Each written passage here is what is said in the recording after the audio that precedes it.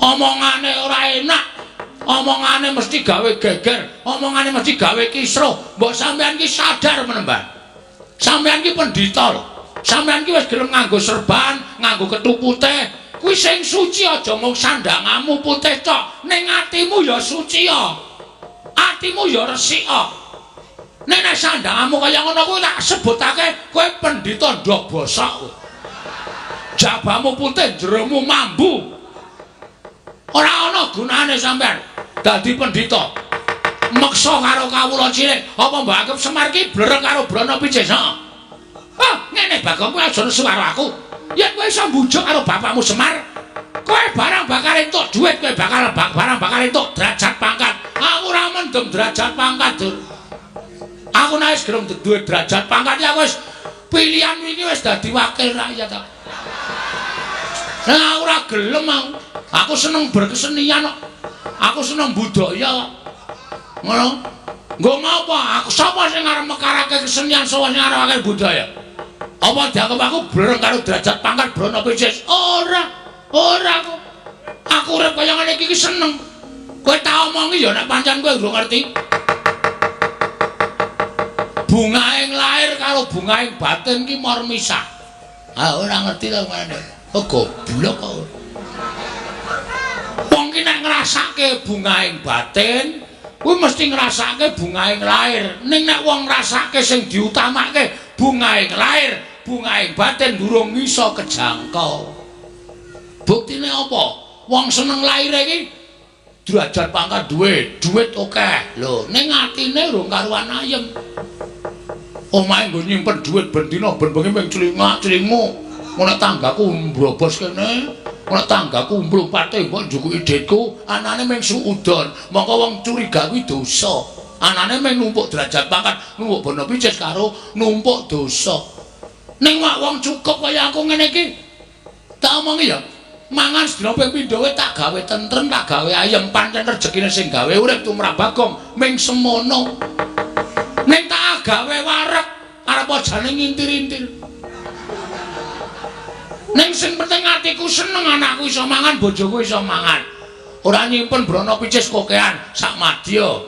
Ora curiga karo kiwa tengene, ora keweden nek dibobol, ora keweden nek dicolong. Ayem atine. Ngono. Apa Mbak Agep urip nang alam padang ki sing utama iki bondo donya. Ya ngono wae. Sabar kok, sabar kok. Watuk ya aku ya ora apa-apa, ora apa-apa. Tangane, Ma. Tangan berita aku idu ora. Padahal ora kowe. Lah nek sagedakan iki arep mboyong karo Semar dengan cara memaksa. Itu Anda sudah melanggar hak asasi manusia. Anda sudah melanggar.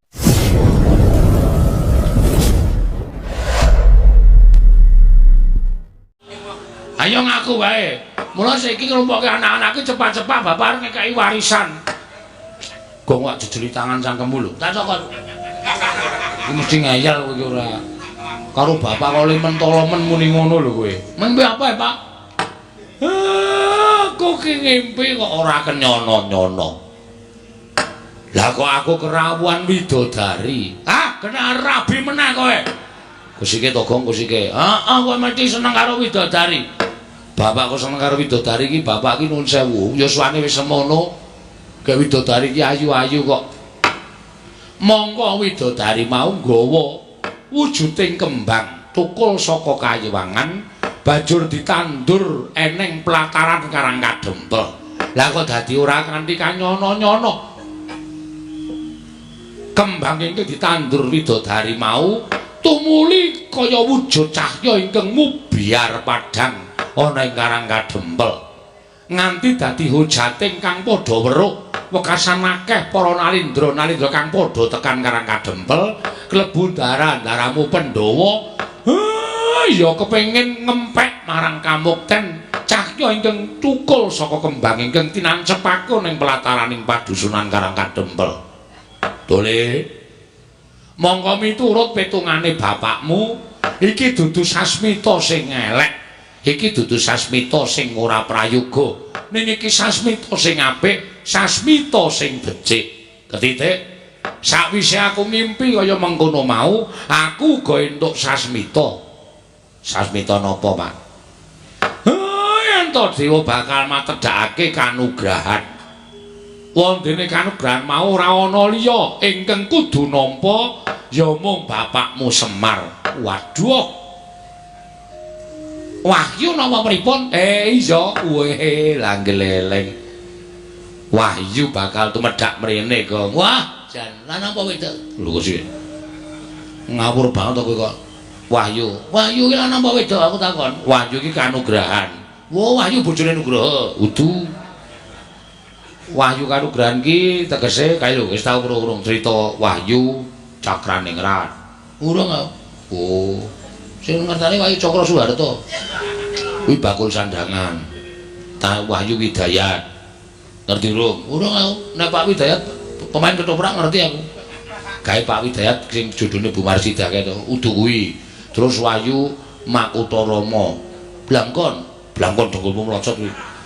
Kok iso blangkon? Makutha ya apa? Makutha kuwi agemaning sirah. Rama bapak. Agemane bapak ning sirah ya apa? Blangkon. Ning kudu Wahyu blangkon. Wahyu Makutarama hasta brata ngono kae. Bapak ki arep entuk Wahyu model kaya ngono kuwi ning dayane apa, kekuatane apa bapak ora urung ngerti. Ngono to pakritane. Ya Petruk anakku sing gagah tur sing pinter dhewe ya ming kowe. Matur suwun, Pak. Lah terus salajengipun Wahyu mau bakal tumedhak ning Karang Kadempel ndayani saking para raja Nerpati ingkang tak derekake. Ning syarate kok abot. Syarate napa, Pak? Syarat sing kudu tak lakoni, aku kudu nglumpukke pusaka 3 cacahe. Mongko pusaka mau ora pusaka baen-baen. Pusaka pepethinganing jagat ingkang kudu rawuh ning Karang Kadempel. Yen ora iso nglumpukke pusaka 3 mau ya ora bakal impen mau kababar dadi kasunyatan Ponokawan. Sidemadaning pendaping Padukuhan Karang Kadempel. Nalika semanten sami midhangetaken pandyanipun Lurah Semar Badranaya tinampi sangganing para warga sapadukuhan Karang Kadempel. Ndadosaken tintrim madyaning Padukuhan Karang Kadempel. Tambuh-tambuh ingkang den penggalih sangganing para kawula. Wonten ingkang ametang-metang pangandikaning Lurah Semar Badranaya, wonten ingkang nggadahi pengajap mugi gegayanipun Lurah Semar kasembadan. Ndadosaken tintrim madyaning Padukuhan Karang Kadempel nalika semanten Lurah Semar Badranaya kemawon datang mubah, datang musik. Kasaru geger Jawi, apa to kang dadi darunane? Ora ana kawula ingkang mrengkang saking pranataning Padukuhan Kejawi namung rawuhipun lancur Pandhawa. Nenggih putra para Pandhawa. Satring Drepsila geni Bambang Wisanggeni. Sumawana Bambang Antasena, Raden Gatotkaca, Raden Abimanyu, miwah Raden Anantaraja Dumraja tanpa larapana kaya kaget kang samya mulat. Blegegeg kugeg sadulita mel. Kok gawe marem. Wiwit aku momong wong tuwane nganti tekan peputra mongko wis gagah. Lah kok iki malah padha pating gruduk rawuh mrene Nala Gareng. Iki ndara-ndaramu putra-putra Pandhawa padha rawuh ana ing Karang Kadempel. Wah, jan ya melu marem ya, Truk. Arep ming sak nyawang kowe. Awak dhewe ya ngerti laire Ndara Wisanggeni biyen piye. Awak dhewe yo ngerti laire Ndara Antasena biyen piye, laire Ndara Gatotkaca piye, Ndara Abimanyu piye, laire Ndara Antarja piye, saiki wis kaya ngene iki rasane kaya tuwek kae ya, Truk. Heeh. Aku kelingan jaman laire Ndara Gatotkaca biyen ya. Bayi abang cemplungke kawah Candra Dimuka, dijer awake, bualunge copoti kabeh, ganti wesi kabeh. Nek ngono kae robot ya, Truk. Ayo iya, mula nek nesu awake kaya tembaga. Oh. Awake kaya tembaga, awake dadi balung kabeh, dadi wesi kabeh. Balung apa wesi, Truk? Dadi wesi kabeh. Ora yo le omong kleru ora ya entuk wae. Aku kelingan laire Ndara Antasena biyen. Lho, Kowe ngerti to, Gong? Ngerti. Sesar kuwi. Wah. Mula ora wonge gleleng to kalung usus. Heeh. Mula ndugal kewarisan. Sing lairke Ndara biyen Ndara Antasena iki lair ning ndi? Anu nang ngendi kuwi? Rumah sakit ngendi kono kuwi? Rumah sakit ngendi kuwi iki mung gawane ngarang kok. Ndara Antasena iki lair ora dingerteni sapa-sapa, ngerti-ngerti goleki bapakne. Kuwi neng lakone. Ora kok ndur lair sak. Kowe ran jaman semono ora nunggu. Heeh. Wong kene wis cetha kok ya mesti ana sing nyetel HP ya terus. Ha iya. Ya wis ben ngarang ya kesenengane dhewe-dhewe kok. Heeh. Oh, Kaisro ting ding ding ding. Mongko ya do duwe HP, pamer apa ya? Ora ngerti aku. Ndara, wilujeng rawuhipun. Kakek Semar slamet aku, bektiku katur ya, Kek. Kula tampi dawa sami-sami Ndara Antasena wilujeng, Den. Ya Kakek Semar slamet aku. Aku ngaturke bekti ngersane Kakek ya, Kek. Wilujeng, wilujeng. Kula tampi Ndara Garukaca wilujeng. Ya. Siwa Semar slamet aku.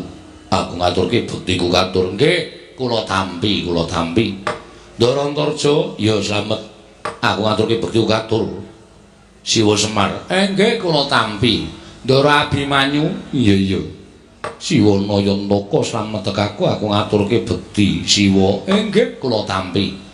Ndara Wisanggeni bekti kula, Den. Iya Nala Garing tak tampa pangestuku tampanono. Ndara Antasena bekti kula katur, ya Nala Garing tak tampa pangestuku tampanono. Ndara Garukaca, Ndara Antarja bekti kula katur, ya Nala Garing tak tampa, ya Nala Garing tak tampa. Ndara Abimanyu bekti kula nggih, Den. Ya Nala Garing tak tampa. Ndara Wisanggeni bekti kula, Ndara Antasena bekti kula, Petruk tak tampa, Petruk tak tampa. Ndara Garukaca, Ndara Antarja bekti kula, ya Petruk tak tampa, ya Petruk tak tampa. Ndara Abimanyu bekti kula nggih, Den. Ya Petruk tak tampa pangestuku tampanono. Ya Gong gentenan. Ndara Wisanggeni, Ndara Antasena, Ndara Garukaca, Ndara Antarja, Ndara Abimanyu ngandharaken bekti kula kunjuk. Kok dirotone ngendhake wektu. Meng ngaturke pambagya setengah jam dhewe. Iya, Bagong nak tampa pangestuku tampanono. Ya Bagong tak tampa pangestuku tampanono. Ya Bagong tak tampa pangestuku tampanono. Ya Bagong tak tampa pangestuku tampanono. Ya Bagong pangestuku tampanono.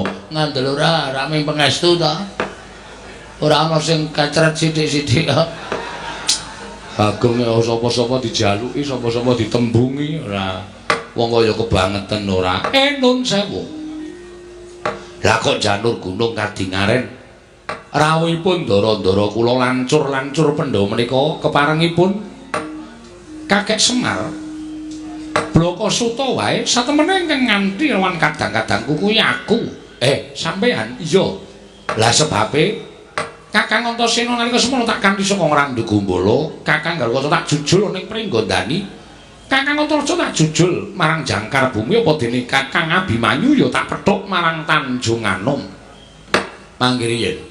Sampeyan kok nglumpukke anak-anak Pandhawa rawuh mriki niku wigatosipun mung bakal padha tak kandhani Mitra Sasmita ingkang tak tampa, Kek. Aku kuwi ngimpi. Lah kok impenku mau banget gawe bombong ati ning Wisanggeni. Aku weruh Kakek Semar kuwi mangku Sang Hyang Candra gumebyar cahyaning Kakek Nayantaka. Wekasan sapa ingkang cedhak lawan Kakek Semar? Kaperbawan marang dayaning sunar ingkang metu saka angganing Kakek Semar. Wekasan dadi ayem, tuwin dadi tentrem. Atine ingkang padha nampa sarta antuk sunar ingkang metu saka raganing Kakek Nayantaka. Saka petunganing Wisanggeni, Kakek Semar bakal nampa kanugrahaning Wang Mahanasa. Mula entuk ora entuk selaning para putra iki bakal ngempek kamukten ingkang bakal tinampa dening kakekne Semar. Mula banjur aku nganti lawan kadang-kadangku kabeh ingkang wigati aja nganti keri. Upama Kakek Semar pancen bakal nampa kanugrahan kabejan sarta dayaning kanugrahan mau aja mbok agem dhewe, nanging paringna marang para putra Pandhawa dimen padha melu ngempek kamukten kanugrahan ingkang bakal tinampa dening kakekne Semar. Cah cilik kok pintere Raja Majam. Aku ki duwe anak cilik wae petuke Raja Majapahit. Sapa, Pak? Ah, ya kowe kuwi. Ndara Wisanggeni iki arep etungen to. Semene iki nom dhewe. Ning kok pintere ora jamak-jamak, ngendikane teteh, ngendikane titis, tur dasare bener karo apa sing tak gagas, bener karo apa sing tak karepake. Nggih. Kula nampa. Matur banget panutan pepindhan ya, Kek, sami-sami. Ning kanugrahan iki mboten ajeng isa kula gayuh. Merga syarate angel. Lho, syarate apa? Syarate kula kudu iso nglumpukke pusakaning jagat telu cacahe. Pusakaning jagat telu cacahe kuwi apa wae, Kek? 1 Pustaka Jamus Myang Jimat Lima Sada, angka 2 Sekar Wijaya Kesuma, angka 3 inggih menika pusaka aran Kyai Nenggala. Monggo niku angel digayuh. Niku pusakaning para priyayi, niku pusakaning para luhur. Nek kula kongkonan anak-anak kula niku semaguh tanpa bukti, kakehan gunem tanpa guna. Gelem mangkat, gelem makarya ning perkara kasembadan lan orane ora iso dijagake.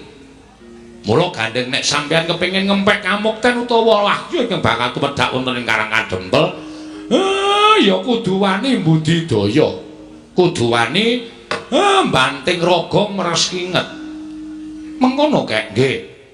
Ya yen pancen kaya mengkono ora usah kuwatir. Aku mengko sing bakal gayuh pusaka telu tak boyo marang Karang Kadempel.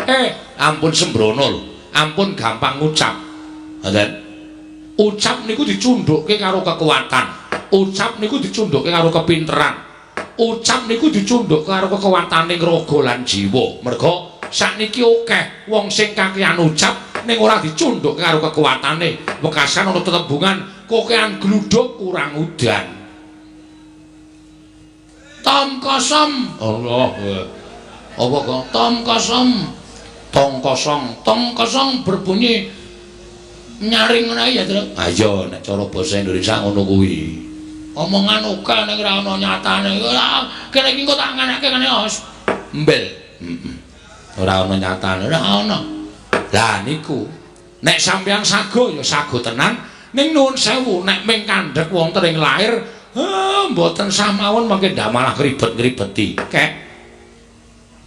Aku karo Kakang Antasena yang bakal budal marang Goring Ndorowati ing wigati nyuwun ngambil Sekar Wijaya Kesuma. Nek ingkang wa mboten pikantuk, aku nggawa Kakang Antasena nek perlu takon ngamuk ning Negara Ndorowati. Lah niku jenenge jilih ning nganggo kekerasan kaya ngoten niku. Niku mboten prayoga. Nek iso ya dirembuk sarana becik. Tak budidaya ngrembuk sarana becik. Aku ingkang sagu ning Ndorowati.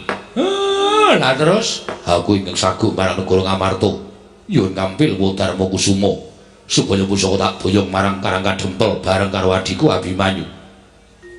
Matur nuwun. Lah sing teng Mandura, nek pancen aku dipercaya aku tak budal ning Mandura. Siwa Semar, aja kuwatir. Aku bakal nyuwun ngampil senjata Nenggala. Ndara Wisanggeni kali Ndara Antasena, Ndara Garkaca kali Ndara Abimanyu. Lah sampean kok ora duwe jodoh? Iya pancen aku mung ijin. Nek kira-kira tak wenehi kanca purun mboten. Nek pancen diparangake aku gelem. Bagong kowe melu Ndara Antarja. Aku etoke arep masuk angin ya Pak iki. Wong mau cangkeme le omong bantere ora jamak. Waras apik kok bareng entuk gawean kok masuk angin. Wong masuk angin ki ra iso ditebak.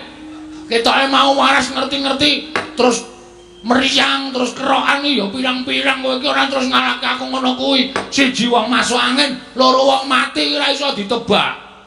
Ana sing lagi tengok-tengok kepengin kedulungan wayu mejang. Ngerti-ngerti modar. Dasmu kuwi. Kowe nyemoni bapak kowe senengane ora. Mangkel aku. Wong aku ki masuk angin tenan kok mbok delok iki didemek. Terus iki bathuk iki. Oh iya panas ngono kok. Heeh. Nek kira-kira madang waras ora, Gong? Anu kuwi waras. Madang kok jur waras ora. Tergantung lawuhe. Oh, nek ming tempe ya suwe 3 dina le waras. Nek sate kambing ya karo tengah jam wis waras. Lah apa sate kambing? Oh iya. Lah tukoke aja kuwatir nek tensine munggah aku ora tanggung jawab lho. Aku ora tau ndek tensi ya, Tru. Oh. Uteke ora panas. Ora bakal panas wong ora diutek aku. Ha iya. Kula suwun nek pancen pun saguh, nggih saguh mawon. Lan kula ngaturaken panuwun ingkang tanpa pepindhan. Dene Ndika Ndara pun kepareng nyagahi menapa ingkang kula betahaken muga-muga rancak samukawisipun napa sing dijanjekke dening para dewa saged tumedhak wonten ing Karang Kadempel sampeyan ngempek dayaning kanugrahan ingkang kula tampi Ndara. Gumarenggeng samya pirembagan dadasaken mangke dumraja tanpa harapan praptaning Begawan Durna ingkang miyak sagung kang samya sumewa karya kagiat kang samya mulat. Gawe kaget. Niki rak Penembahan Durna to Penembahan. Kandhak mleguduk swara gembal Semarante. Awela. Iya, aku Begawan Durna Semar. Apa kowe pangling karo aku? Mboten. Lah ya sawetara ora ketemu. Sing jeneng mripat tuwa niku rak kudu gagap-gagap to Penembahan. Loh, ya wis ora jeneng mokal wong dasare umurmu karo umurku ya wis tuwa tenan. Wilujeng Penembahan. Slamet aku Semar niring sambikala praptaku. Salam taringku katur marang kowe ya Semar. Nggih kula tampi. Penembahan bekti kula kunjuk. Nala gare natampa pangestuku Tampanana. Lho nggih. Bekti kula kunjuk Penembahan. Oh, Petro Kantong Bolong natampa pangestuku Tampanana. Lho nggih. Sanget anggen kawula dadosaken jimat. Bekti kula kunjuk Penembahan. Oh, Bagong iya. Pangestuku Tampanana ya Bagong. Lho nggih. Sangat anggen kami dadosaken jimat dipun sekecahipun anggenipun lenggah. Wis ora kurang prayoga praptaku ning Karang Kadempel. Eyang aku ngaturake bekti kunjuk. Lho, iki sapa iki? Aku wis anggeni Eyang. Oh, wis anggeni ya putu. Pangestuku Tampanana ya wis anggeni. Tak gegem dadekake jimat slamet Mbah Kakung. Lho. Sapa iki? Aku Antasena. Oh, Antasena putuku kowe. Pangestune Simbah Tampanana ya, Nger. Ndak gegem dadekake jimat Eyang bekti kula kunjuk. Suarane kaya Gatotkaca iki. Kasinggihan mekaten. Pangestuku Tampanana ya tetuka. Kula pendika jimat Eyang bekti kula kunjuk. Iki sapa? Kula pun Antarja. Oh iya Antarja. Pangestuku Tampanana ya Naka Baginda. Kula pendika jimat paripin dayanan ing kasantosan Eyang bekti kula kunjuk. Oh iya.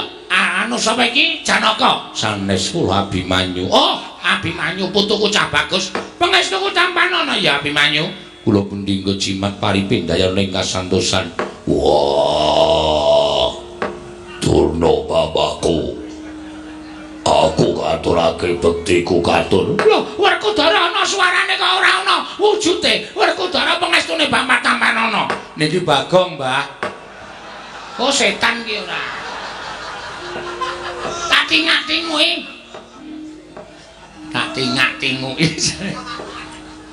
Werkudara ora ana kok suarane ana. Wah, iya. Ya, Mbah. Awaturake basaku kok suara gede masuk uramu to. Coba balik ana, Gong. Wah, wedian. Kok iso gede, Gong? Mbah iki yaene gede dhewe, Truk. Mbah ora tak apa-apake lho. Ha iya. Kok iso gede dhewe aku gumun ya. Nuwun sewu Penembahan. Rawuh ndika enten apa wigatos? Lah kok janur gunung kadingaren rawuh enten Karang Kadempel. Oh, iki ngene ya Semar. Mrataku nang Karang Kadempel kuwi ora saka karepku dhewe. Nanging pancen aku diutus dening anak Prabu Duryudana supaya aku sowan ning Karang Kadempel ing wigati kowe tak kandhani. Kowe tak kandhani ya Semar. Kaget penggaliku duk nalika semana aku tinimbalan dening anak Prabu Ngastina. Lan aku diparingi dawuh yen to anak Prabu Ngastina nampa sasmitaning dewa, yen to jagat iki bakal ketiban kanugrahan. Wondene apa ta wujuding kanugrahan mau? Ora dingendikake dening dewa ingkang paring sasmita kalawan anak Prabu Duryudana. Nanging mung diparingi dawuh yen to Ngastina kuwi bakal saya kuncara anjayeng bawana. Yen to linenggan dening Semar Badranaya, ora ketang mung tulung kedheping netra. Bebasane ora ketang mung sak siring bawang sak umuring jagung sak uruping damar. Kuwi Ngastina bakal dadi negara ingkang kuncara jagat ingkang keberbegen marang kumandhange negara Ngastina.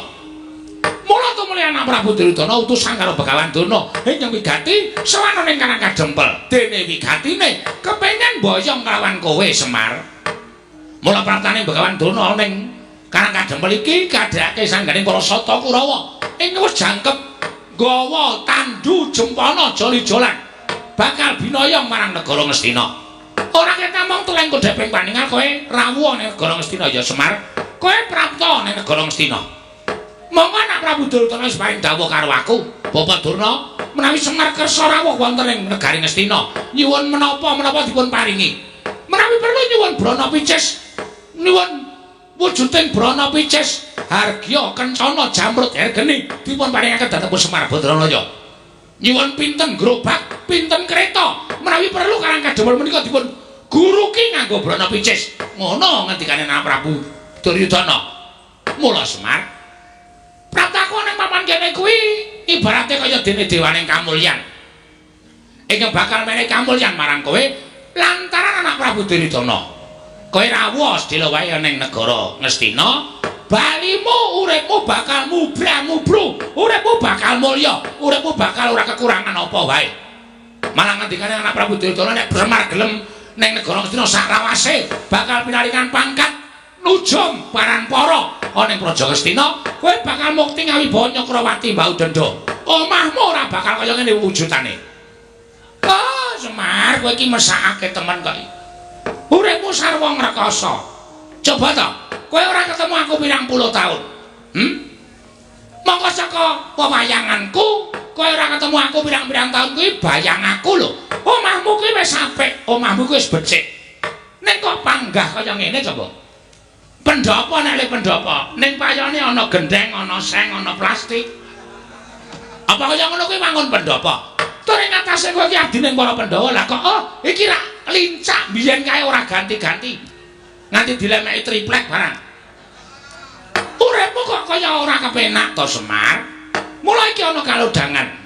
Yen kowe gelem sowan negara Ngastina, apa kang dadi kekayaanmu bakal kasembadan. Nek perlu omah iki dimbrokke, kowe mbangun sing anyar. Bangun sing anyar. Prabaya ora saka kowe. Nanging saka negara Ngastina bakal dicukupi. Kowe pengen bangun omah wujud kaya ngapa? Omah sing kaya kepiye? Bakal kasembadan. Waton kowe gelem sowan negara Ngastina. Kowe kandha. Kowe njaluk sandangan cara kepiye? Kowe sesuweng ora mung suweng wujude lombok abang kaya ngene tok peng-pengke. Kowe nganggo suweng sakurungan jago dumadi saka inten bakale kewer-kewer kupingmu. Ning mesti bakale kelakon. Mula kan saka kowe Semar aja to. Aja nganti kowe mikir kaping pindho, aja nganti kowe metung-metung bola-bali. Iki kalau jangan kowe entuk kamukten. Kowe entuk kamukten. Nek yen kowe ora gelem tak boyo marang negara Ngastina. Oh, Semar. Anak Prabu Duryudana wis maring dawuh karo aku, bahwa Durna sagedhakan menika panjenengan boten saged boyong dhateng Semar Badranaya. Ginanipun menapa panjenengan kula sembah? Ginanipun menapa panjenengan dados pujang kaning negari Ngastina? Ginanipun menapa panjenengan kula sembah-sembah minangka guru kula? Boten wonten ginanipun. Menawi namung boyong Semar kemawon panjenengan boten saged ateges Durna menika namung pendhita ingkang boten wonten nyatanipun. Buktinipun kawon kaliyan Semar Badranaya. Mila tinimbangane aku ngosin bali marang negara Ngastina, paripaksa aku ngrudha peksa karo kowe Semar. Yen kowe ora gelem tekan negara Ngastina, tak rudha paripaksa. Bangga bakal tak rampungi, budi bakal tak sembadani. Apa sing dadi karepmu bakal tak wujuti. Rupak wani, jembar wani, padangane wani, petengane apa meneh Semar.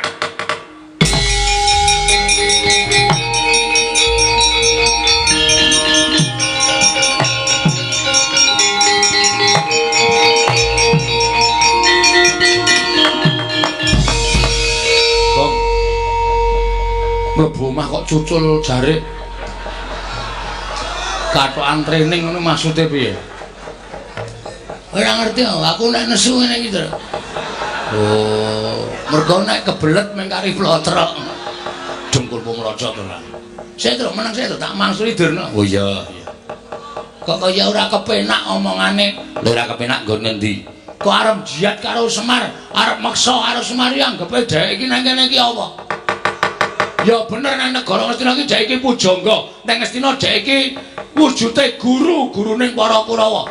Neng Ngastina dhek iki pendhita. Neng kene iki dhek iki daya, kudune ngormati karo si tuan rumah. Ora daya kok drangap-drangap cangkeme kok kenek. Sak penake dhewe ora. Lho, iki ngapa Bagong kok ucul klambi, ngetoke tatoku. Waduh. Endi tatomu? Iki nang lengen iki. Ula kok gubet gelas. Kuwi gambar apotek kuwi ya. Apotek nggo tuku bios nggo bios. Cengelmu ki apa? Gong ora ngawur gong. Men aku emosi aku. Aku nanti bapak kok nganti ame dipameri Brono Picis derajat pangkat iki. Bapak ki nek gelem duwe derajat pangkat nek gelem duwe Brono Picis wis biyen-biyen tak omongi. Aku wis krasa aku. Kerawan anak-anak Pandhawa ki karang kadempel ayem, tentrem, anyes. Arep 39 derajat. Ning kanane dadi ayem, dadi sejuk. Kaya ana Esa. Asik kok. Asik walik ora. Heeh. Anggepe rumangsane apa? Neng barang ketekan Durna kok saka 39 derajat kok rumangsaku kaya ngedep geni dadi 45 derajat. Muntuk-muntuk ning ngendas. Omongane ora enak. Omongane mesti gawe geger, omongane mesti gawe kisruh. Mbok sampean ki sadar menemban. Sampean ki pendhita lho. Sampean ki wis gelem nganggo serban, nganggo ketu putih. Kuwi sing suci aja mung sandangamu putih tok, ning atimu ya suci ya. Atimu ya resik ya. Nek sandangamu kaya ngono kuwi tak sebutake kowe pendhita ndok bosok. Jabamu putih, jeromu mambu. Ora ana gunane sampean dadi pendhita. Meksa karo kawula cilik, apa mbok anggap Semar ki blereng karo Brono Picis? Ngene Bagong kowe aja nesu karo aku. Yen kowe iso mbujuk karo bapakmu Semar, kowe barang bakal entuk dhuwit, kowe barang bakal entuk derajat pangkat. Aku ora mendem derajat pangkat, Dur. Aku nek wis gelem duwe derajat pangkat ya wis pilihan wingi wis dadi wakil rakyat.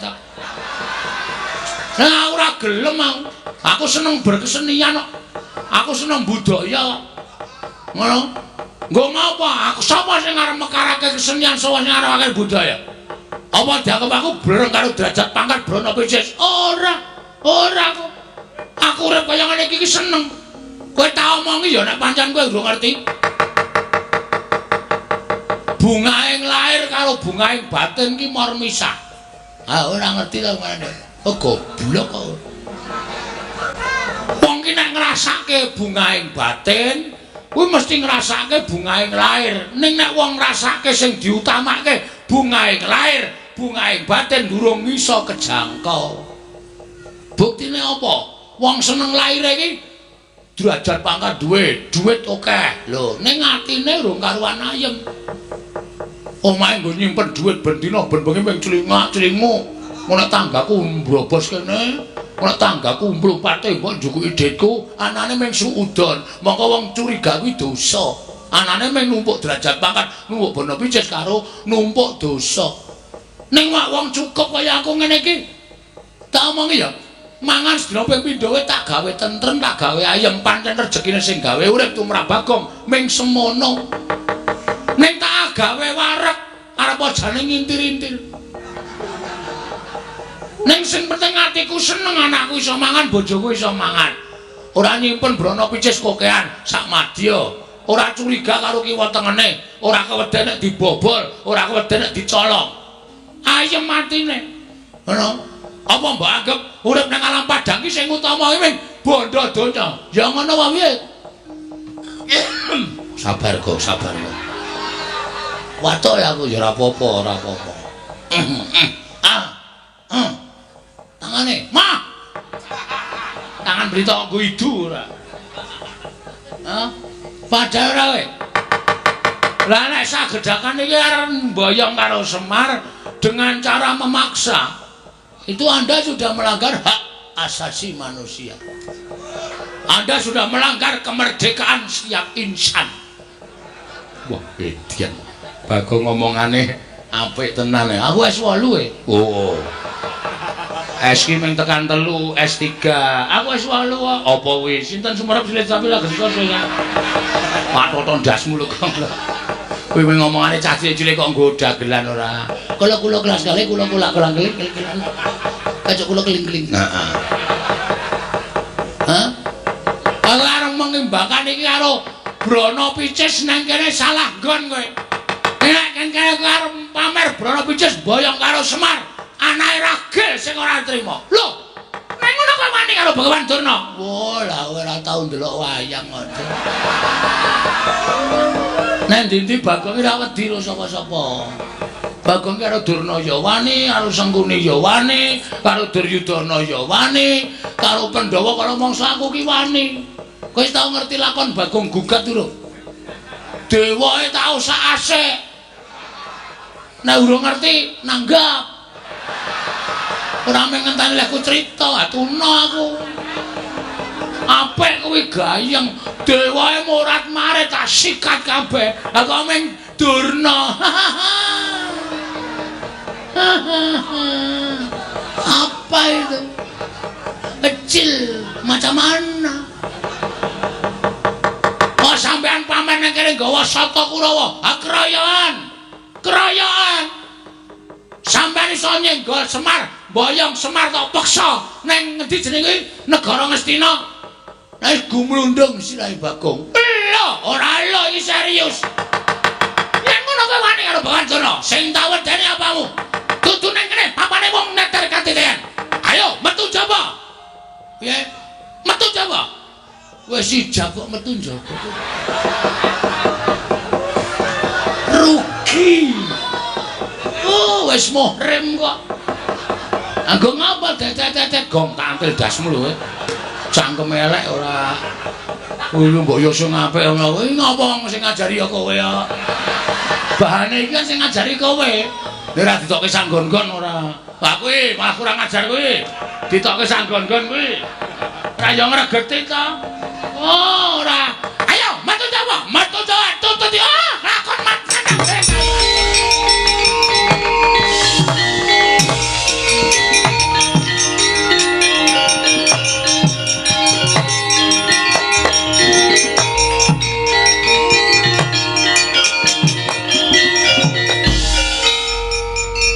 Pancen cah siji iki pancen demit.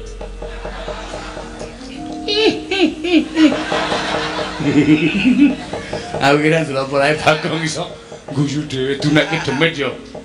Lho kirik.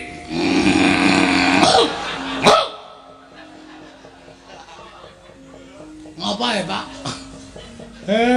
Kowe iki tak omongi to. Ha piye? Maksudmu kene mau piye? Lho, melindungi Bapak. Aku ki ora arep ngopo-ngopo. Nek iso ana rembug dirembug, ana perkara dirembug sarana bedamen. Lah kok mesti kowe iki gawe geger, mesti gawe rame.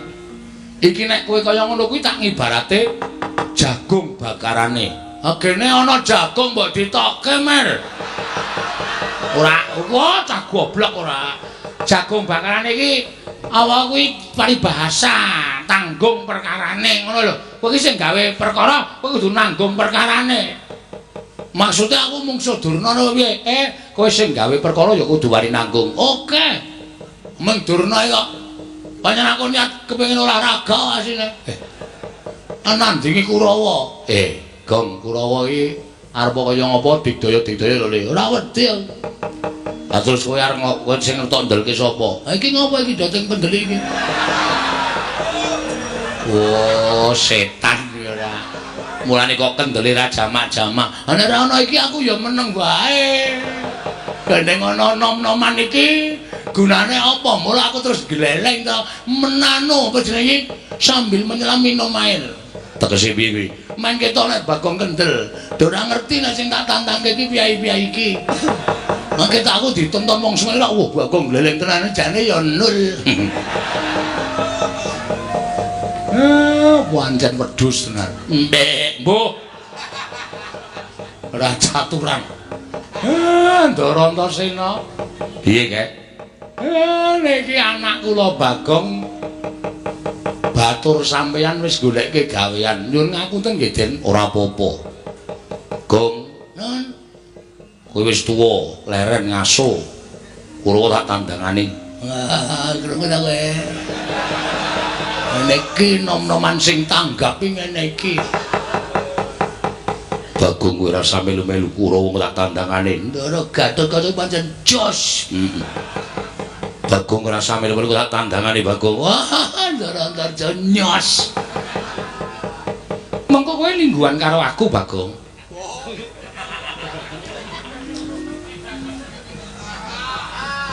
Piye, Gong? Iki ra patek otop iki. Kancane do nyambut gawe engko lungguhan karo aku, Bang. Apa mung paitan bokong lho. Paitan bokong piye? Lungguhan iki ra mung paitan bokong to. Wah, mbok temandang. Aku ki nek temandang sing tak nggo jagan ming Kakang Antasena. Mau Kakang Antasena wis saguh ngewangi kowe ya wis ben Kakang Antasena. Kulawa 100 ki rasa datang nganggo Kakang Garaca, rasa datang nganggo Kakang Antarja. Kakangku Bambung Antasena iki nganu iso ngrampungi perkara kok. Ya Kang, mbok. Kok mbok apa? Mbok sing sopan iki. Aku arep dikaya ngene iki ya anak satriya, anake Bapak Werkudara tok bambung-bambungke. Oh, senengane ora aku ora ngajar karo kakangne kok Bambung Antasena. Sing berani Kocluk Antasena. Tendyangi raine lah. Matur nuwun nggih, Den. Nek pancen kaya ngoten ampun nganti kesempyoke ngaradan kawula-kula pengamuke Kurawa sing didhawuhke Begawan Durna mangke mang tambak teng jabaning rangka karang kadempel njaluk pamit yo Kek, njaluk pamit Siwa Semar.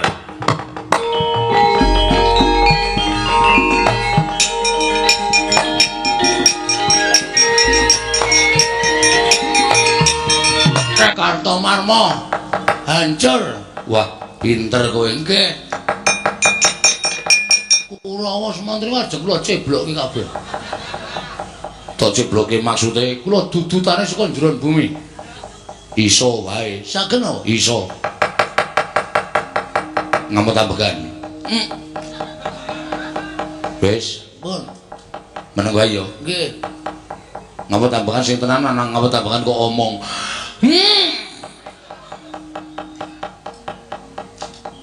Wis meleko. Wah, sampean nang pundi, Den? Aku ning awakmu. Terus men ketok kowe temandang karya kowe tak njingi. Oh, terus kowe ngopo-ngopo iso perang menangan, tamani tumbak ora apa-apa, tamani godo ora apa-apa. Yen lumrah kowe arep ambles bumi ya iso. Carane ngampet ambegan terus batinmu nyuwun ambles bumi. Bathukmu templekno lemah engko rak bablas. Bablas sak nyawane. Ora. Iki serius lho, iki ora guyon lho. Iya, ora guyon. Cobane ora.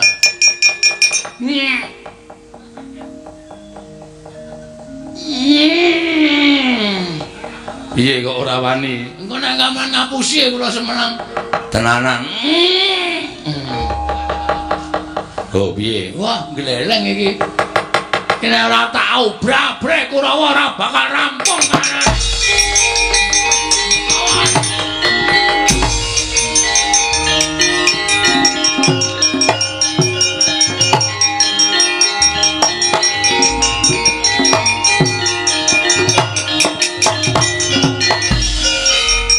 Bagong iki satama lho ora basa karo aku. Basa ngapa?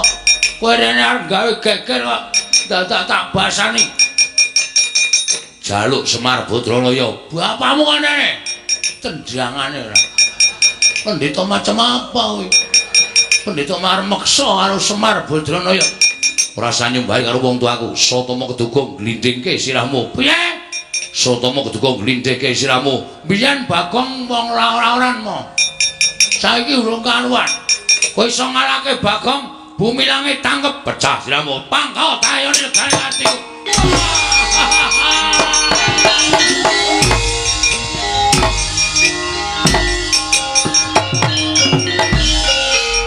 Komen tanganmu. Ayo, nya. Jan.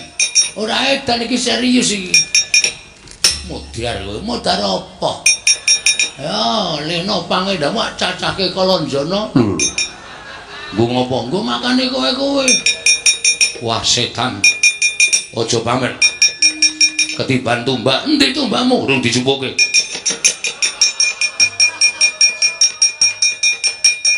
Tiban tumbak jebol dadamu, nganti iso gawe bledos. Wetengku. Bumi langit tangkep. Ayo, ungano dadamu nya. Wedan meletik metu genine. Kandhane mula kurang nggawa rek.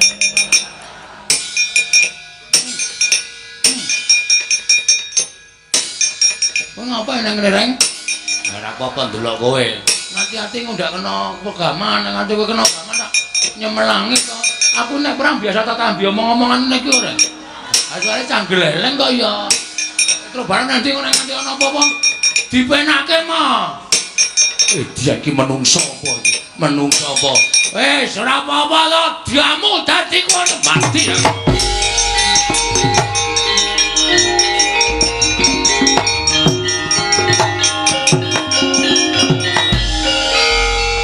Kok ngleleng kowe, Pak? Tumbak ditutuke cengel kok tang tang tang tang. Cah ampuh. Ora cah gumun. Butuh tela ora? Oh, butuh tela ngapa? Golekke. Kang. Wedian. Kang. Rasa wedi, aku ki ora apa-apa. Santai wae to. Tak golekke mayit wedok apa? Mah. Mayit kok wedok. Wah, bocah kok glelenge ra jamak-jamak. Ono apa lho kareng? Bagong. Bagong apa? Bagong kok iso ambles bumi? Ora sanggup mergo dinjingi karo adhiku. Adi sampean Dimas Antasena. Ora setan iki. Mbok kula dinjingi ta? Nggih. Mbok kula dinjingi men ampuh kaya Bagong. Iso wae. Arep kok pamer kaya Bagong. Nggih, ngosak asik Kurawa.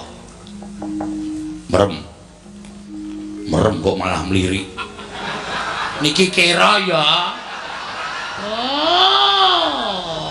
Ora wong tuwa kok. Merem. Ngambet-ambekan.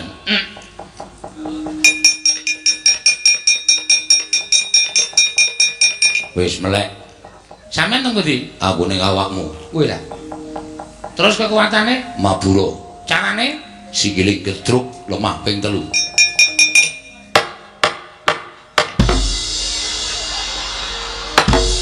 Niki enten kampase mboten niki. Kok banter banget kok nek nabrak apa-apa. Batinmu muni mandek. Gleleng saiki. Wah, sapa kae sing etok? Durma gati timbres dasmu.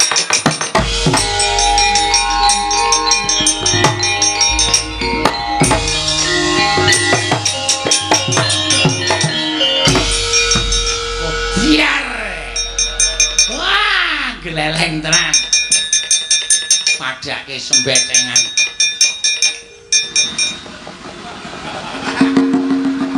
Kok aleman reng. Lek tuku gas nendi? Gas matamu ora. Iki lho delok iki lho. Iki aku iso nek di atas tanah iki tuh bisa lho. Mumpul sithik kok. Wah. Golek kolah ra ono gendenge. Areng apa? Ngincen kaya. Sembatan nih. Weh lah Bagong ngampuh gareng ngampuh.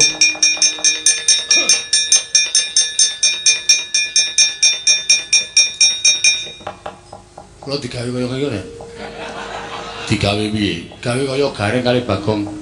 Aku isa aku ngambles bumi, mongko ambles bumi wis dinggoni Bagong. Mongko Bagong tak jake gelut ning jero bumi. Merem. Kula iso kaya sampean iso nyembur kaya kula to? Iso. Wonten iso mati wonge, mati. Wah, iku wis apik. Merem ambek-ambekan.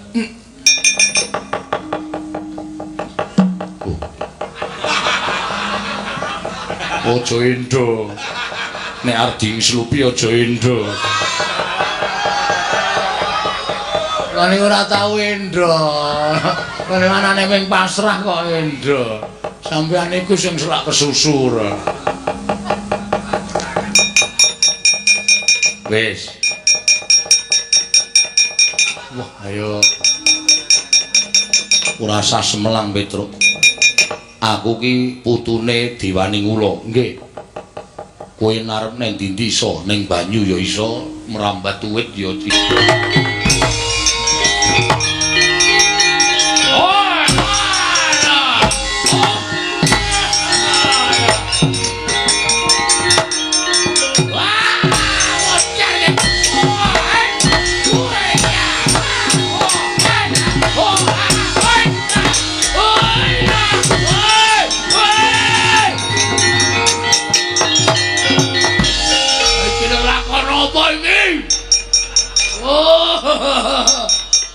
kapokmu kapan semangkean ayo Kurawa gelem bubar apa ora gelem bubar ajar anak-anak Semar legane kon iblis apa piye mutiar oh kapokmu kapan kowe ngapa ya Tru oh, kowe iki senenge cah kurang ajar. Gong, napa iki kilen nandur iki tenanan. Kok ambles bumi nggawa kantong gandum. Telone wong tok pedheki tok wadahi iki piye? Engko nek panen nek jebol ra wis ra ono telone to. Kowe engko tak kei to. Wah, kowe nek carane ngono kuwi gah aku. Wah, gah kok. Aja balekke, Gong. Wis kowe ra sampe melu. Santai wae to, kowe ra sampe melu. Pokoke butuhe kowe engko tak kei. Jeneng aku ra wani iki. Gong aja he. Oh. Kok kandhane kaya ngono. Doglut ning bumi sing weruh ya sapa? Wayang kok menganimasi. Waduh, iki piye aku dipendem sak dodo iki. Apamu kapan kowe? Balekke, Gong. Balekke ora semangken ora. Ayo. Patih sengkune ora nekuk penjalin golek dalan nyangkal putung gawa para sata Kurawa. Wow, konangan gareng timblis saka ndek Gantara.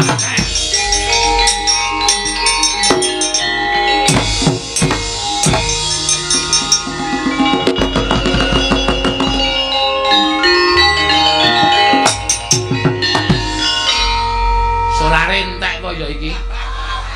Kok wis ra gelem banter ya.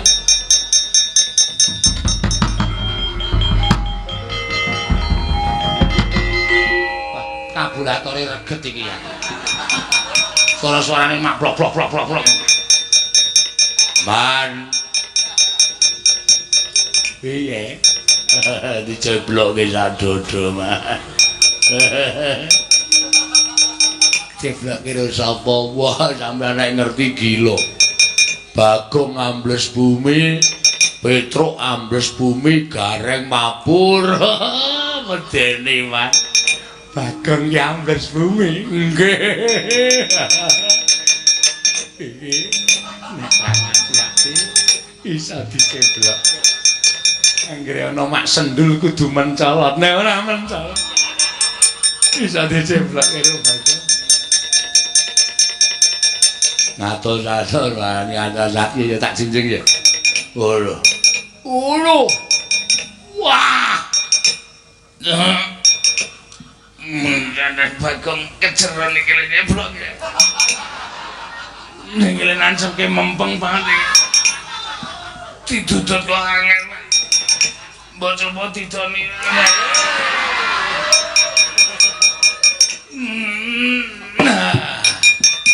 Aduh. Lega aku. Sampeyan ki wong tua to. Ngerti tandur lagi diceblok kok dijeboli. Mbok nek tukul njaluk. Antel mencelak. Sembeteng. Mlayu wae.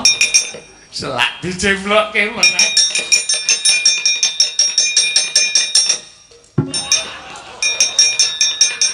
Waduh mung katot-katoke kok.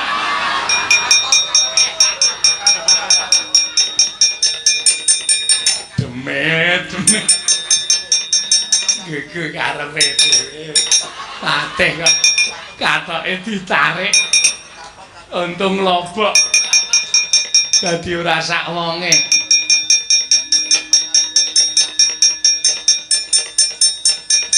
Balekke Gong.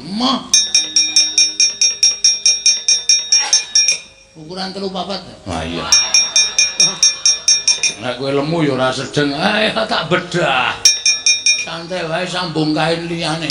Kardinal. Waduh. Kardinale kok mempengi ra jamak-jamak ora. Wah lho, keterangane katut sak kathoke jero. Ah iya. Sengkone iki pate kok kathoke jero rendan. Rendan piye? Kaya saringan tahu lho. Mosok nyanyi dangdut ya mbok ora ngerti ora. Semengane werna-werna.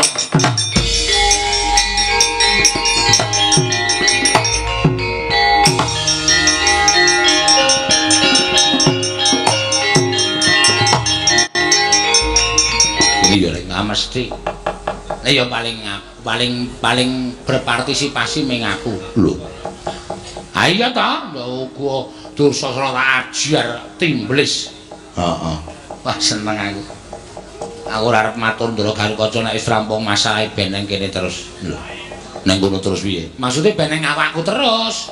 Dadi aku iso mabur tekan ndi-ndi, ora kok mung tekan semuk semene tok. Nggih to isih kowe gleleng lho nek mabur. Apa terus? Oh. Sikilmu kaya ora tekle. Tanganmu kaya ora sikilmu ora kaya becik, tanganmu ora kaya tekle, mripatmu kaya ora kira nek mabur. Kok karang yo gleleng tenan kaya aku iki. Piye? Rusak kok terus pisan. Kabulatore jeplok. Oh iya. Sing duwe abur-aburan wis minggat. Mula aja sok mamer. Ya. Kowe ora iso mabur, aku tontonan tetep iso. Piye, Gong? Sing iso ambles ya wis metu kok, terus mbok ya wis. Ha iya, angel bapak malah tindak mrene. Ayo engko bapak arepe wis sing diutus sapa ra ndara-ndara ki samarta ing kaki sawiko dhewe terus.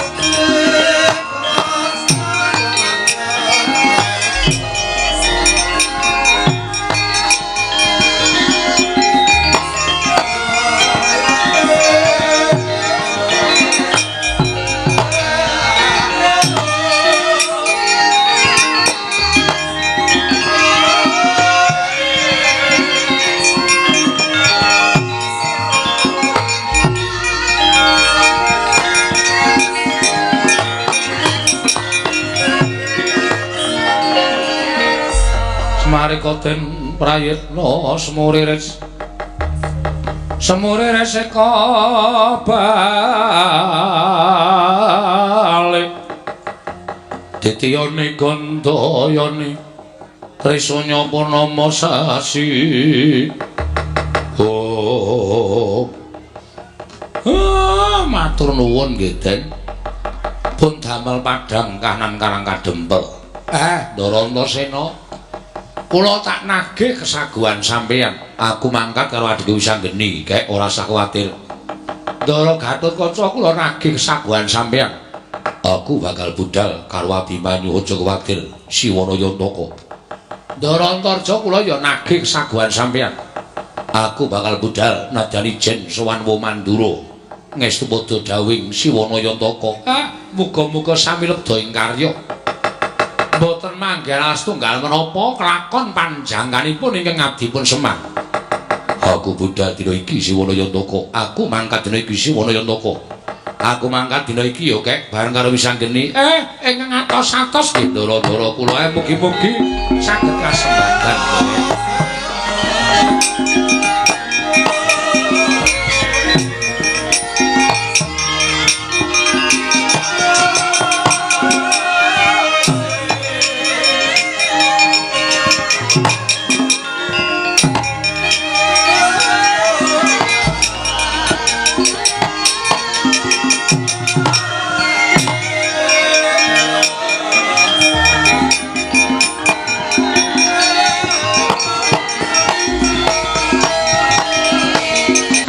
Kesuma angka papate pusaka Kyai Nenggala.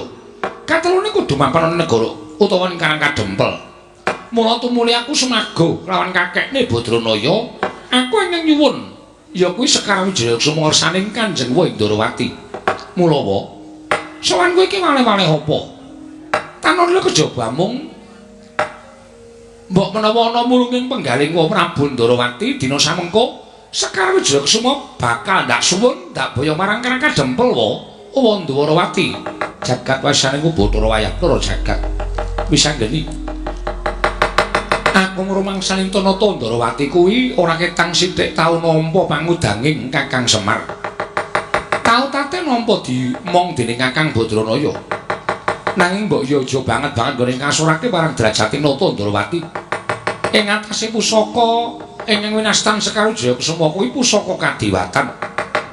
Ora ana wong liya ingkang diwenangake ngasta kejaba mung Nata Ndrawati lah kok dadi Kakang Semar. Mong kepengin gayuh kanugrahan wae lah kok dadak nganggo syarat srana wujuding Sekar Wijaya Kusuma. Lah gek utusan marang nom-noman kaya kowe lan Antasena. Ya to yen pancen mongko aku maringake pusaka mau. Bakal mbok aturake marang Kakang Badranaya nanging jiwaning muda kuwi laduk wani kurang keduga. Yen to nganti tok gunake bab ingkang ora prayoga apa ora jeneng kapitunan. Mula bab perkara iki aja kok enak sarta aja mbok anggap gampang. Nggone pun bakal maringake Sekar Wijaya Kusuma iki bakal akeh pitunganing Nata Ndrawati. Mula sing gedhe pangapuramu ya wis anggeni. Yen sira swanana ing negara Ndrawati bakal nyuwun ngampil senjata wujuding Sekar Wijaya Kusuma, aku ora ngeparangake. Mula kowe bali marang ngersaning Kakang Semar. Matura ingkang terwaca marang Kakang Badranaya yen Sekar Wijaya Kusuma ora bakal sowan marang Karang Kadempel wis anggeni.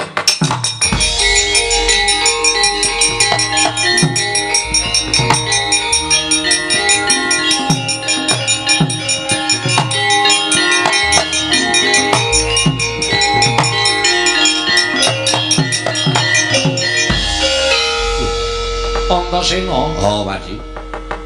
Lah kok dadi banjur sumalana suwan munyaket kalawan Makming Ndrawati. Blokasuta blakotang terus terang sing rembugan wis anggeni nek ana ribete lelakon iki sing tanggung jawab Antasena. Sirmu piye lah kok dadi kaya sugal ucapmu marang Makming Ndrawati? Ming Pakde gelem maringake Sekar Wijaya Kusuma apa ora? Lho. Yen aku gelem maringake Ndrawati tentrem. Yen aku ora gelem maringake Sekar Wijaya Kusuma, apa kelakon dosa Antasena ngamuk ana negara Ndrawati, Siwa Ndrawati.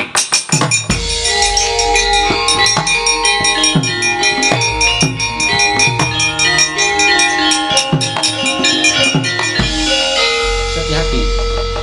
Siramam nganggo tirtaning kesabaran aja kaya ngono Setyaki, Gajengipun. Bocah nom dumeh dugal kuwarisan. Dumeh dugal kuwarisan nom-noman ora nganggo petung, ora nganggo tata krama sakabinake dhewe. Nggih. Sampeyan nyumbari ajeng kawi geger negara Ndrawati. Nek ora krungu Senopati Ndrawati mboten napa-napa. Nek krungu Senopati Ndrawati niki dadi tanggung jawabe satru ing garep ruji ingkang paman pun Setyaki. Menawi angger Antasena badhe damel geger negari Ndrawati, krana Kanjeng Prabu mboten maringaken Sekar Wijaya Kusuma. Ajangipun boten wonten ing pundi-pundi namung wonten dadanipun Senopati Ndrawati. Metu jabane tak jajale kaya apa kekuatan malih jenengan.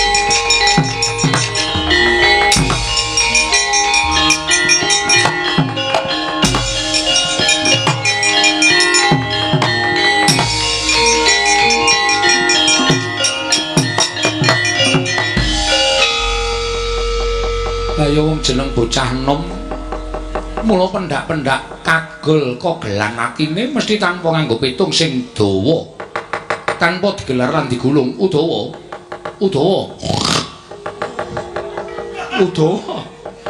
lah kok dadi kaya ngono lho Pate kok nganggo tata krama lho untune malah gathuk barang Pate kok untune kerok udawa wonten timbalan lah rak ngono to senengane nyuwun pangapunten sinuwun. Tatang para kawula aja nganti kasempyok ing ngarep dan aku ing bakal misah ing padha gejegan kula semanggahaken. Setyaki leren aja kaya bocah cilik Dimas Garbaruci.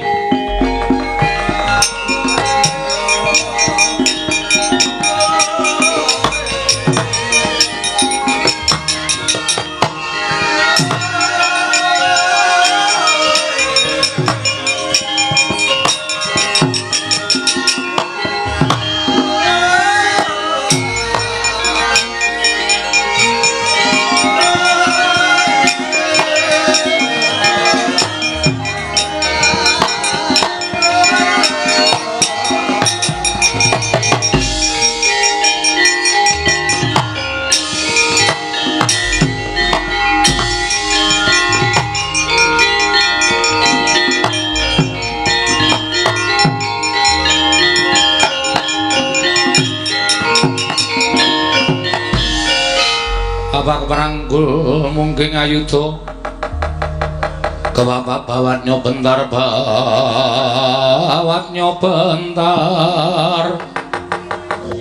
Pustaka Jamus Miang Jimat Limasada sartanipun Kyai Nenggala mongko sakmangke Abimanyu pinitados dening Siwa Badranaya supados munjuk atur ngersa paduka Kanjeng Prabu ingkang wigatos badhe nyuwun ngambil wujuding Pustaka Jamus Limasada.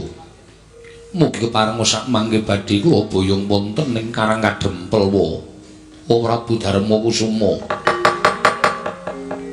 Mangkahanggra sesumbar Lindha pami konceng kumaludhok guntur ketop lumembak penyu kang kumambang Dosang Wisnu Bathara kang anjok saking wiyadi ing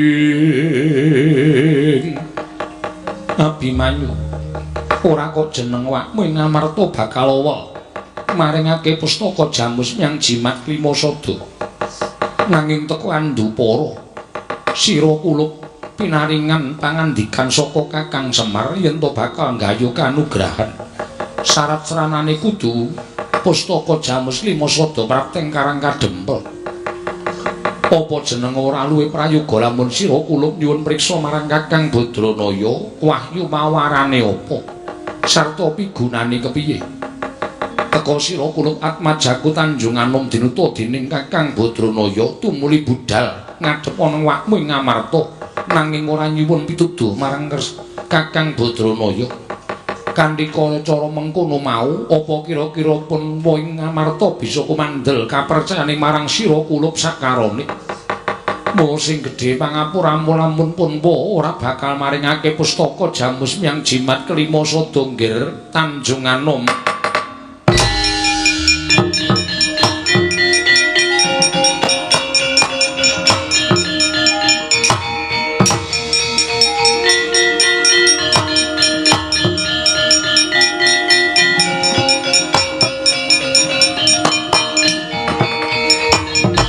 Srikata Dyan Gatotkaca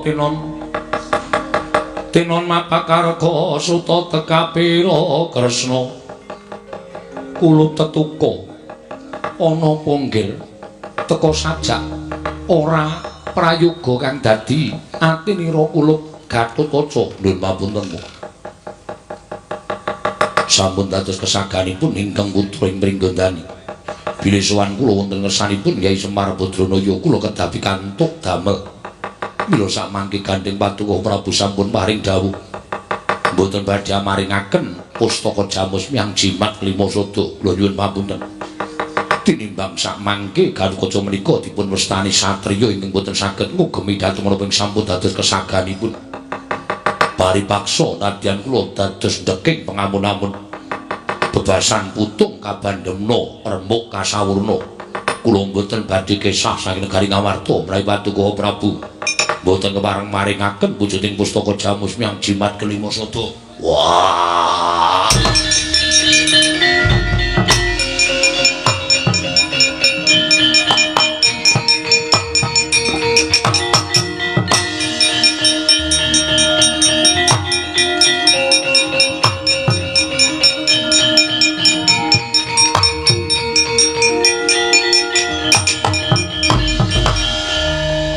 Mapunten amit Sang Rimantabi direbena iki lho dene Demawaing Nawang Tuwak. Kok Prabu. Mboten ateges kula mbanika badhe kumawantun dhateng dawuh paduka Kanjeng Koko Prabu namung ngamutana.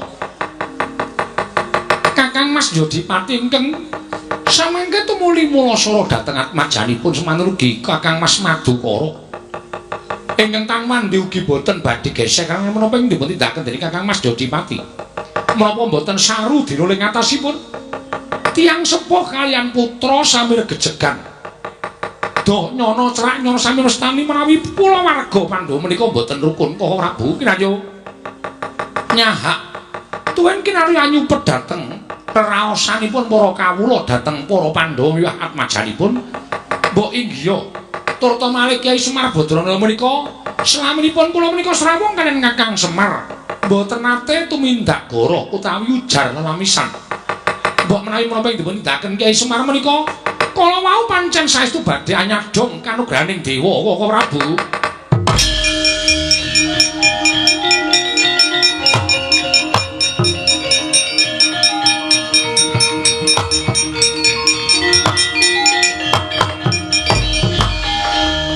Sedewa wonten timbalan.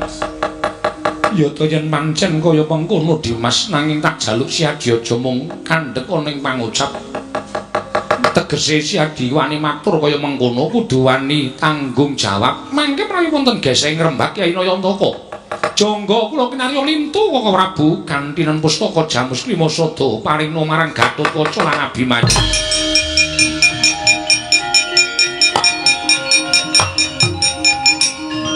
Toko anyut nyadong kanugrahaning Jawata ingkang sakmangke kegiatanipun kanugrahan menika kala wau badhe andayani tumraping negari Ngamarta miwah pepundhen Pandhawa.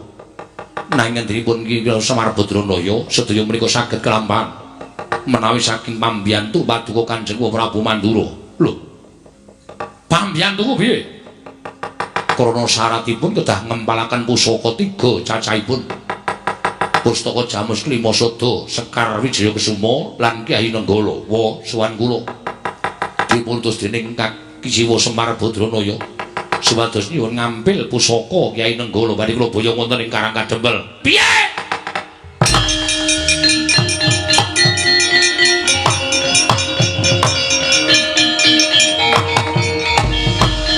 Ayo binatang parswaning jajalan sepertane baune iblis lanat. Antarja wonten timbalan. Lah kok wani-wanine, Kowe komo wani matur yen bakal nyuwun ngambil Kyai Nenggala.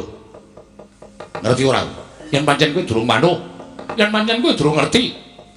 Pusakaning Baladewa kuwi wujude loro, kodrat karo wiradat.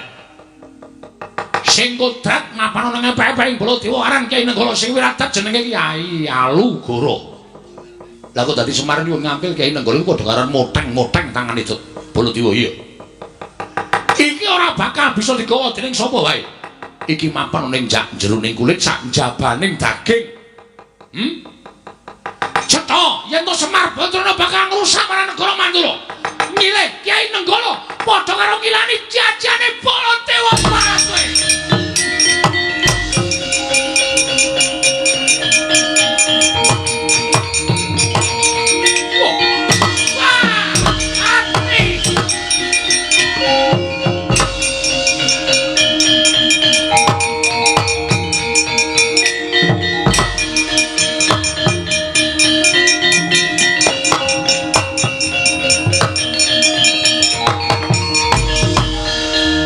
Maning jajalan Prabu mestine Antarja wedi karo Ralindra Mandura nanging barate aku kuwi menungsa sing kedunungan rasa lha kok dadi malah sira ngendharat marang Antarja babu apa dikira aku wedi karo Nata Mandura ayo dijajal anak Jodipati karo Ralindra Mandura menang sapa ning kene ditemtokke Antarja.